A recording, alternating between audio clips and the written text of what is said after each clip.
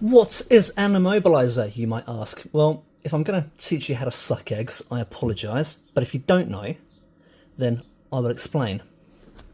An immobilizer on a vehicle is basically a wire that gets cut. So let me demonstrate in the most basic way. If I turn the ignition on, there's that annoying buzzer. If I cut that wire, it breaks the circuit. Now, when your immobilizer is disarmed, it goes through a relay, it rejoins this wire, and it remakes that circuit. So you can immobilize quite a number of things on a car: a starter motor, an ignition, a fuel pump relay. There's quite a few other things as well, but I'm not going to go too much into that side of it. Also, you could have a kill switch. Now, a kill switch is an immobilizer, and it will stop your engine from running.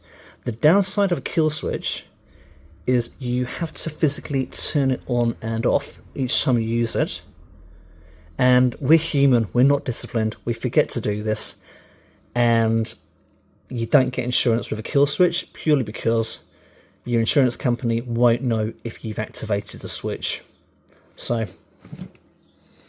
going a bit more into the switch is an electronic relay which is housed inside a case. Now, obviously, I want to hide this in a car as deep as I can, so if we'll take this big, fat, ugly Mongoose M60 immobilizer and compare it to the Cobra 8510, which one do you think I'm going to have more success hiding? Or the other Cobra, the 8509, again, it's a fraction of the size, and it's attack proof. Now, I can't get inside this one. It's sealed inside resin. It's super rugged. And again, this one, you can see all the weld points. I'm not going to open that without an angle grinder. And it's going to slow you down massively. However, the Mongoose, along with many other New Zealand marketed brands, super vulnerable because it's only held together by 4 screws, and this is how easy it is to take apart. So bear with me. 1, 2,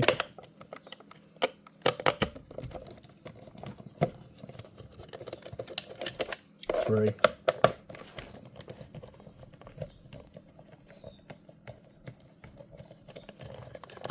4, and it opens up.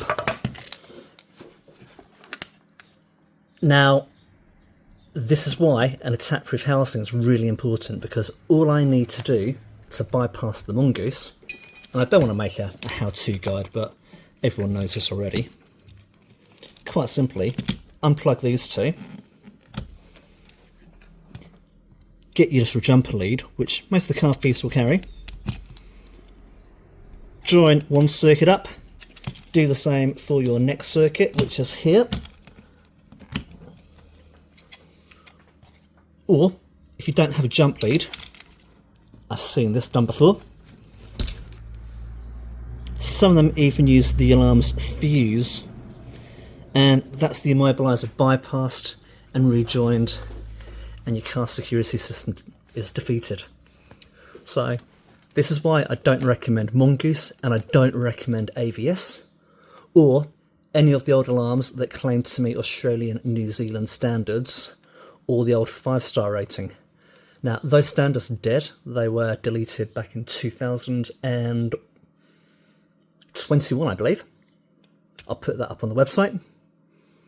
So it's old technology, and it was old technology even back in the year 2000. So, yeah, I moved to New Zealand in 2005, and I found these products, and I'm like, seriously, they don't have attack-proof housings? Like this sort of stuff's been standard in UK, Europe, long before I moved here, and yet it's 2025 and Mongoose still sell these. They're cheap, they make good profits on them. I understand why, but it's pretty shit car security. So these, I don't install Mongoose, I don't install AVS. I highly recommend the Vodafone Automotive. This one's a standalone immobilizer. This one works with their alarm. Or, if you've got a modern car, then you have the Igla CAN bus immobilizer, which is one of these. So this doesn't actually cut a physical wire, but it does send a message to the CAN network to stop the vehicle starting. And the beauty of this is I can quite simply tape it into a wiring loom, and by the time that's in the vehicle, hidden, you don't know it's there. Absolute joy to install. So if you've got a modern vehicle, especially on one with a push to start button, where relay attacks are happening, CAN injection attacks, or even key programming via the OBD plug, these are a bloody good option. So yeah, I hope you enjoyed my quick crash guide into immobilizers. I hope you don't buy one of the Mongoose or AVS ones if you go to the car audio shop. I know every single website, well, not every single, but probably 80-90% of them will tell you these are star rated, which they're not. That got cancelled in 2012, and they will also quote Australian and New Zealand standards, which are no longer valid. So my question to AVS and Mongoose, who are both owned by Import Distribution Limited, is why can't you be honest about your products? I mean, you're selling car security, you're asking people to trust you. Don't bloody lie to them. Anyway, that's all I've got to say. If you want an immobilizer that's going to be effective, hit me up at vehiclesecurity.co.nz.